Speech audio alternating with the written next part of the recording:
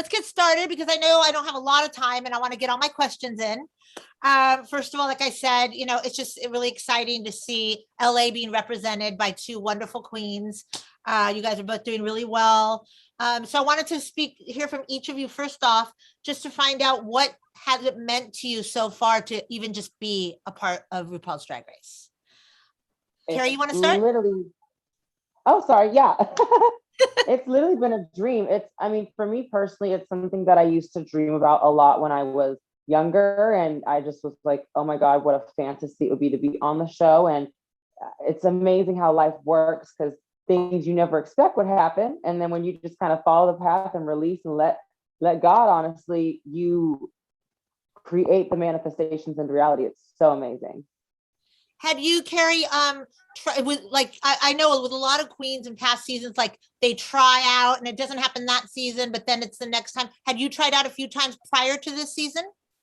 Yeah, so this was my second audition. I don't even know if my first one went through, and honestly, if it did, I apologize to anyone who had to see that because it was a mess.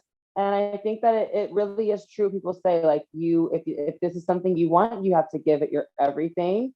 And with this audition that I did, not only was I just much more myself, but I also was in a better headspace and I came prepared. And when I was done with it, I was like, no, there's no way they're not going to put me on. Like, you can't say no to this. I love it. Kornbread, what about you? What does it mean to be on the show? And maybe tell me a little bit about your, did you watch the show? Did you try out prior? A little bit of your history. Of course. I always tell people all the time that I'm a product of RuPaul's Drag Race. I've seen like drag, obviously, through like a lot of like movies and things, but you never like think that's a place you will want to be or be. I used to sneak and watch RuPaul's Drag Race and I would delete it off of the queue so nobody knew what I was watching. So getting the opportunity to actually be on RuPaul's Drag Race changes your life tremendously. Even getting the first call from them and them like considering you, it changes your spirit and your mindset on life, and it just makes you a lot happier to know that your work is being looked at by a lot of people, especially people that you admire. This was my first time auditioning for RuPaul's Drag Race. I told myself I wouldn't go to the show until I figured out who I was. Not knowing that going to RuPaul's Drag Race, I would actually realize that I didn't know shit about myself, and I know more about myself now. So you think you know yourself and how you got life figured out until you go somewhere where you're extremely exposed in the best way possible amongst people who are phenomenal artists and who have genius minds, just as smart as your mind is. So it's like you're in a room full of people who are equally as invested in themselves as you are, and you learn so much about yourself from being around so many amazing people. Yes. I mean, that makes total sense. What about sharing? You said that you've already grown. Obviously, we're not going to do spoilers or talk about what's not been shown, but just in a general sense, Kornbread, you've revealed a lot about some of your history, and that's a consistent component of the show is learning about each contestant and their background and their struggles. I'll ask both of you, but Kornbread, since we're talking about that, did you find that to be a challenge, or was that something you feared in the beginning, that you were going to have to, get real and maybe reveal things about yourself to, the viewing public? Absolutely not. I am a person, and everyone around me can tell you, I am very transparent about who I am, and in most cases with people that I trust. Going to the show knowing how things work on the show, and you have to make yourself connect with America or the world within an hour's time in a room full of 13 other like super talented people who also have stories, who also have journeys.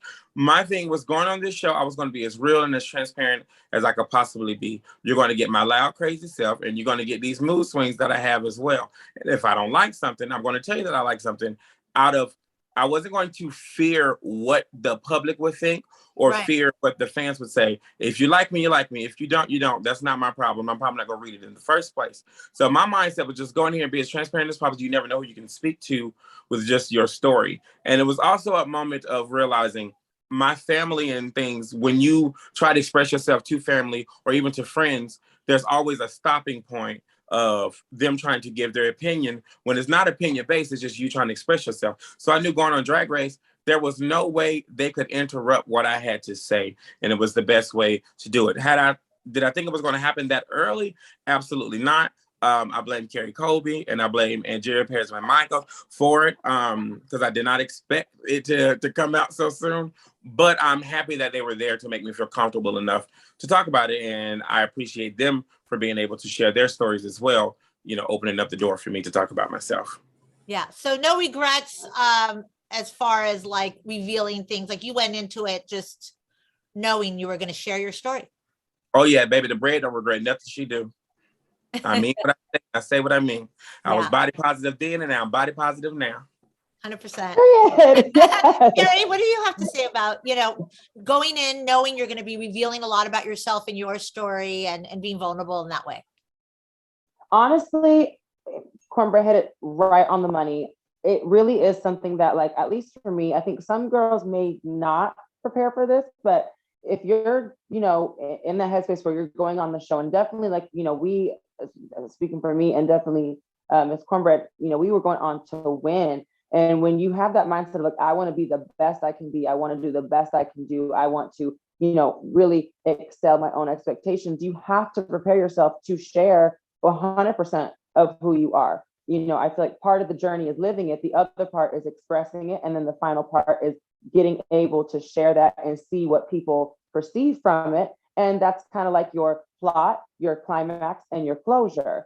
And that was really, I was very prepared for that. But what I don't think I was prepared for was how real it was. Because it's one thing to say something and to share something. And like for me, there's a whole lot in my life story that people probably wouldn't expect or think of.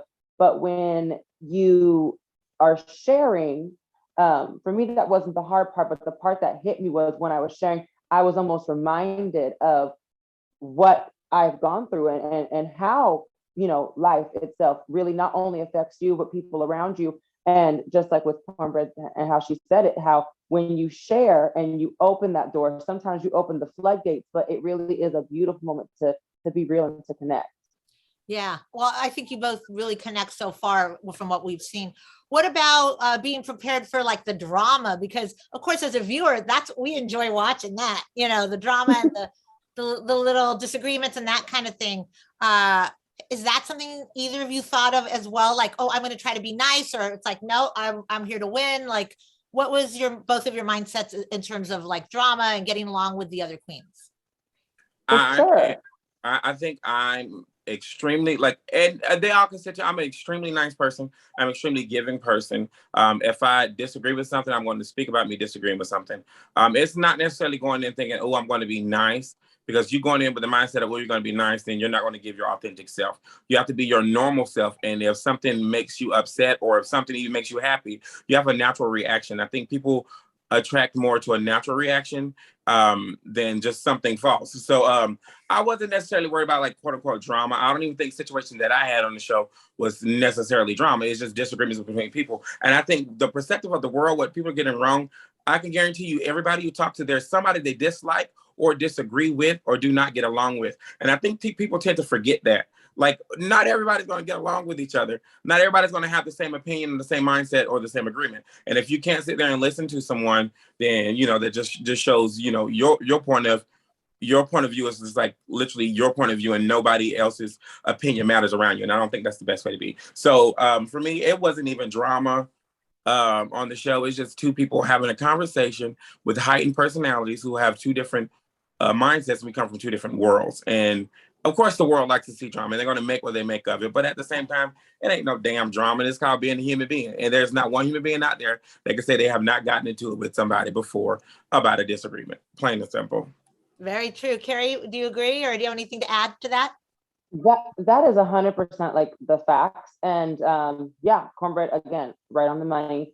And you have to remember that like it's a lot of big personalities. Every single person who comes on this show, there's not one person who walks up in there and is like, please just send me home first, I want to lose. So when you have all those at least I hope not. But when you have everyone, everyone comes from different cities, time zones, ages, backgrounds, and there's a lot of anxiety, a lot of work, a lot of money, a lot of dedication that goes into it. So when you have everyone in one room and you have, a room that is 5 degrees Fahrenheit, you're going to have people. That's interesting. I didn't know that. Right. It isn't really that cold, but it definitely is chilly. And part of I feel like the vibe of things is it does get a little tense. Emotions do get heightened, and you do have people who, have opinions, and sometimes their opinion coming from who they are and where they are will be completely left field of yours. And I think the beauty of television is being able to see people work it out, and also having a little fun, a little humor, a little spice mixed in, because if it doesn't, it's so boring. Yeah. And both of you bring that for sure. I mean, it's been an entertaining season already. I wanted to ask a little bit about representation. Obviously, Drag Race has been, a boundary breaker for representation for drag, for the queer community, for people of color, and as I mentioned earlier, representing even our city, Los Angeles. Do you have anything to say about that, like in terms of representing, Black people as well as the queer community, and what the show brings, and how it feels to be a part of that? Mm-hmm. Kerri, for me personally, yeah, of course. I think that, I'm funny on social media and I say like, oh, hashtag Team TS and all that to be silly, but it really is, it's emotional for me. There's a lot in this season that was so eye-opening about the power of representation, and the representation just authentically living your truth. For me and for Kornbread, we represent not only being people of color, not only being, in entertainment and representing the queer movement, but we also get to bring and exhibit our transness onto the show. And for me, that is an amazing opportunity. It took me years to even comprehending being able to be trans, because it was a lot for me to get to, and for us not to have just not one, and we have two beautiful people who are sharing the story. We are giving you all of the colors of the rainbow. We are giving you all of the shapes in the block, if you will. We are showing you that there is so much to being who we are and what we are, and authentically living our truth. And I think that the show really is doing such an amazing job of showcasing that. And I hope that really brings people out their box, as well as encourages people who might be seeing it and struggling or going through it a little bit, to be like, oh my God, there are people like me. There are voices like me. I am valid. I am welcome. And I am going to be able to thrive, because if homegirl can do it, I can do it, period. Yeah, 100%. Anything you want to add, Kornbread, to that? Yeah, simple, because I wouldn't even feel right not mentioning this like on this platform if I didn't. I wouldn't feel right not saying this. Our first episode for our season, a Black trans woman won the mini challenge. African American trans woman won the maxi challenge. But also, LA representation was phenomenal on that. Not just because of Kerri and I, but also June Jambalaya, who needs as much credit as we. I personally feel June Jambalaya should be sitting on this call with us right now and having that conversation, because June is Los Angeles, just like Kerri and I is. Kerri and I are, excuse me. June Jambalaya won her lip sync, and that one of the first times there's literally an African American person who won the mini challenge, the maxi challenge, and one of the lip sync. Also, all three of us is from Los Angeles, so the representation is there. So June is a part of this just as much as Kerri and I are. We are all tight knit. We are all friends with each other. So I'm just gonna take the moment just to give Miss June Jambalaya her shout out, her representation, because she represented LA just as well as anybody else that has walked on that show, and she deserves the attention as well. So honestly, June, that's where I'm gonna just leave it there. Miss Jambalaya, grab a forks, lady, in your Amelia Pucci outfits. I love it. The Auntie Brigade, honey. Yes. Listen. That's wonderful. Wonderful. Okay. What else do we want to ask here? Oh, well, the other big thing, of course, that, got a lot of attention for your season is having the first straight queen. What have you observed about, you're able to look at obviously you still share on social media as the show continues, even if you're not giving spoilers. So you're both very aware of, it's been a lot of buzz and chatter. What do you each have to say about, the fact that this is the first season with a straight queen, and as far as the feedback and the chatter on social media about that fact? It's it's just as simple as this. I think Kerri and I can both agree on it. That's just another contestant on the show. Obviously, it causes buzz and it makes people talk.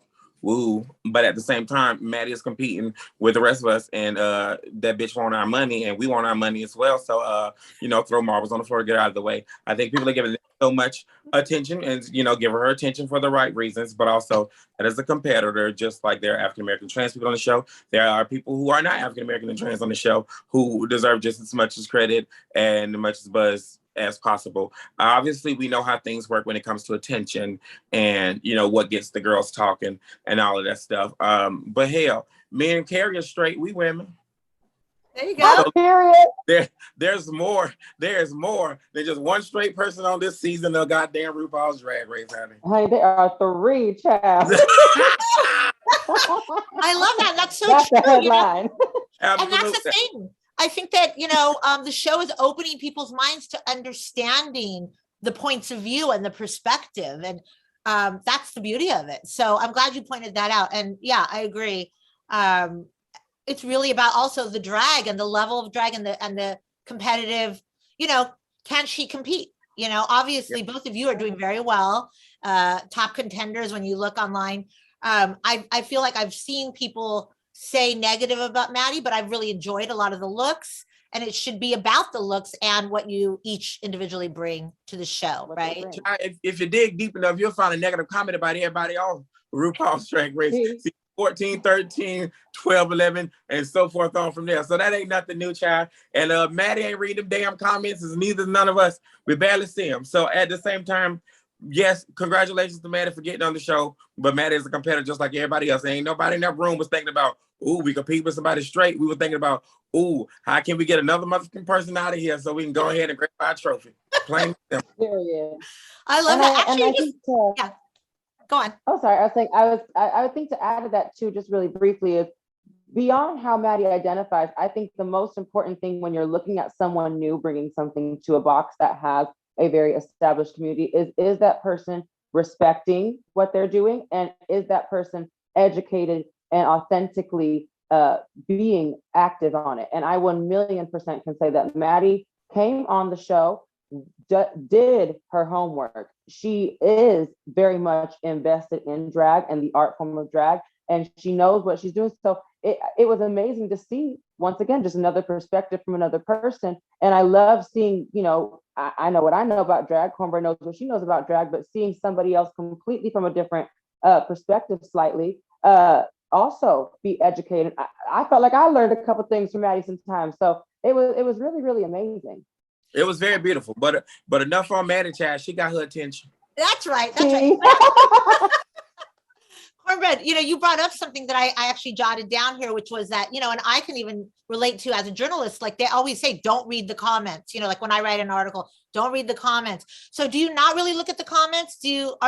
How aware are you each? And especially when it's the negative, do you just when you see it's negative, just push it away? Or how do you each deal with and navigate social media and the negativity and the comments and all of that? I literally don't see any negative comments. There's 2 things that I do. My notifications on Instagram, you can only comment on my posts if I follow you. That way I can weed through what's good and what's not good, as well as my drag sister has the passwords to all of my accounts, and she looks at them every other day. And anything negative that she sees, she takes away and just deletes. Baby, I haven't seen but one negative comment, and that comment came from Michelle Visage when she said I had a hole in my tights.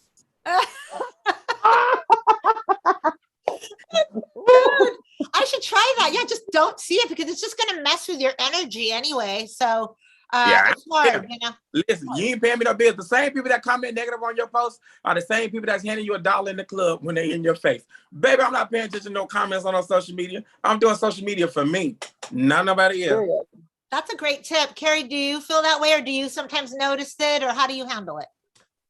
For me, I like to have a good sense of humor, and I think I laugh at myself all the time. So honestly, when I'm going through the comments and I see someone say something catty, I'll be like in bed. If I see it, I literally bust out laughing. There you go. I think it's funny. And I mean, now to be very honest, because there have been times things have gotten a little carried away, when you threaten anyone's safety or their life, that is never okay or good. And when that was happening to me for a brief moment of time, I addressed it. But I think that, you know, people are going to say what people are going to say. It's not about what they say, it's about what you do.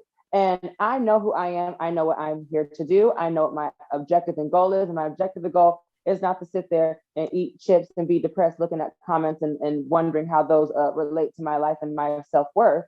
Like I said, it's just at the end of the day, to me, is a complete joke, because it's like reading a Saturday Night Live skit. Yeah. So true. So true. Okay, well, I have a couple more. You've both served amazing looks so far.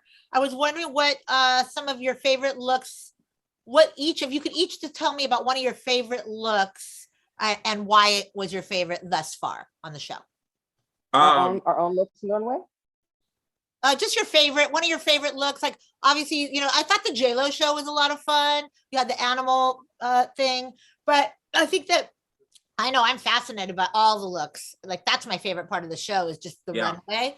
So I thought it just might be interesting for people that are really into the fashion to ask you that question. Like, describe one of your favorite looks so far and kind of what went into putting it together. You want to start, Kornbread? Yeah. What went into, sorry, I cut off for a quick second. What went into like my personal looks? Yeah. Like maybe one of your favorites. Obviously, you can't tell all, but maybe tell me one of your favorites and what, maybe something interesting that, you know, the inspiration for it or what went into it, or just something, a little inside tidbit about one of your favorite looks. One of my favorite looks I did not get to wear on the runway, but it was on my What You Pack with Michelle Visage. And Kerri is probably partially one of the reasons why I did not get to wear this moment. First episode when I did the Lizzo same studded mesh material with the ball head situation. I had that look in there just because. Just out of, you know, having something extra in your suitcase. And then Lizzo walked in the room and spoke to us, and she had on the same AB crystal mesh material. And I was like, oh my God, Kerri, I have an outfit. She's like, you just showed me something. Like, literally, we had a conversation standing right there in front of Lizzo. And I was like, I'm thinking about this. She was like, I feel like you should wear it. I'm like, you know what? I should wear it. But the look that I wanted to wear or was going to wear, I got made for it. During my my talent show, in my bag, it was the ingredients to make cornbread. And the dress that I had was a brown dress with butter drippings on it. And then I had a cornbread headpiece I was going to wear for the runway. That way I can tell a story from, she was coming from the grocery mart or the grocery store, or the market. And she went home and she made cornbread, and here it is. She's serving it to the people. So that's what I was going to do. But like, why would you not walk in front of Lizzo in the same material on the episode that Lizzo's sitting in front of you after you just performed a talent show and put a hole in your tights and still... All of the time. So, I did it. That's a really cool tidbit, though. So that was just sort of like kismet. You happen to have this material. She was wearing something, and it was like kind of meant to be. Yeah, for sure. That was definitely one of my the outfit that I had was definitely one of my I was like saving it for like, you know, like a dance challenge or like a group performers or something. Blah blah blah blah blah. That's what that was for. Not originally for the runway, but it ended up working out extremely well. Worked out wonderfully. Kerri, what about you? One of your favorite outfits and maybe a little tidbit about it. Of course. I mean, I'm kind of stuck between two. I feel like I've talked a lot about it, but obviously the JLo dress that I wore, the Versace archival piece, was amazing. It was a dream come true to wear. But I think to give a highlight to something else that, like, honestly, I was shook by and loved was the purple Leopard Runway. I had so much fun not breathing in that outfit, but beyond that, I thought it was so fun that the little fascinator part of it spun, and it was like a all cohesive look. A friend of mine was able to get me the piece, and we were like, oh, what shoe would go with this? I gotta, there we go. Sorry, hi. Let me know where it cut off. I got a notification about my battery. Oh, okay. We're almost done. I have one more question after this. So you were saying a friend, you were saying a friend got you the... Yes, sorry. Yes, I'm so sorry about that. So a friend had got the look done for me, and I was like, well, I want a really cool, like nasty little shoe to go with it. And we happened to have a pair of old Louboutins I don't wear anymore laying around, and he used that same exact fabric to match everything, and it was just such a fun, cohesive moment. So you're just gonna forget about that Birkin bag full of lavender? Oh, well, that too. That okay, too, honey. Yeah, I mean, Miss Kerri got just lubes just sitting around that she, I don't wear anymore. They're just laying around. Girl, say, Right? get up out of here. Get up out of here. I'm jealous. I'm jealous. Child. Yeah. I'm a real, like, I'm actually a compulsive matcher. So whenever I look at the looks, I'm always looking at every little detail and texture, color, all of those things together. And so far you've both done wonderfully at that. And for me, that's my weird little quirk, but I think a lot of people do love to see every little detail, is so important. And both of you really pay so much attention to detail. So love that. Okay, actually, I just have one last question because I know I had limited time with you. And that's, obviously we don't know what's going to happen at the end. And I'm told don't ask any predictions or anything as far as how it's all going to turn out. But one thing we know is that the big DragCon convention is going to be here by the time, I think it's going to be by the time the show is over. But regardless, it's in our city, Los Angeles. Yes, so it is. I'm wondering, which is exciting, right? And it's going to be back post-COVID and everything. So I thought I'd ask a question about that. What are you each looking forward to when DragCon comes to town in LA this spring? I think 100%. Oh, sorry. Nope, you go. Nope.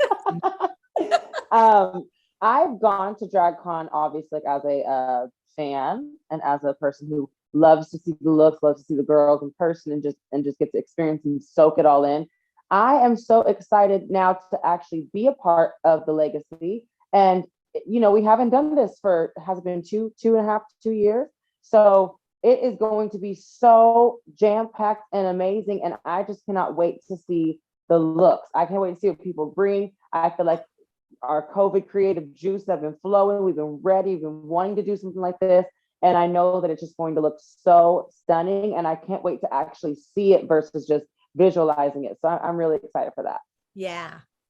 Kornbread? I think I'm personally I'm not even kidding, super excited. I plan on getting on everybody's nerves at DragCon. I will be taking a break at DragCon for at least an hour. I'll be going to everybody from season 14's booth, and I plan on embarrassing them. I am going to fall out on the floor. I am going to scream, "Oh my God, I can't believe this!" When I tell you I plan on being the most embarrassing person to ever let at DragCon, I cannot wait to act a freaking fool at these people's, and they know it's true. I am going to be so annoying at these. Oh, she's not kidding. And I'm not joking. I will be falling. I will be passing out on everybody. I'm skipping lines. I'm stealing merch because I'm not paying for none of this stuff. Yeah, I can't wait. I'm just excited just to cause a lot of trouble to everybody in the presence of me at RuPaul's Drag Race DragCon. Well, I am looking forward to seeing you terrorizing us. do all that. Literally. Like, I am even more excited now because I'm looking forward to seeing that. And I think both of your fans, that's the thing about, that event is that it's a chance for the fans to really see you in the flesh, connect, all of that. And that's what I love about it. And I think you're going to both be just flooded with fans. So congratulations to both of you. Whatever happens, at the end, so far you've made such a great impression and impact. And again, very proud to have you both from representing LA.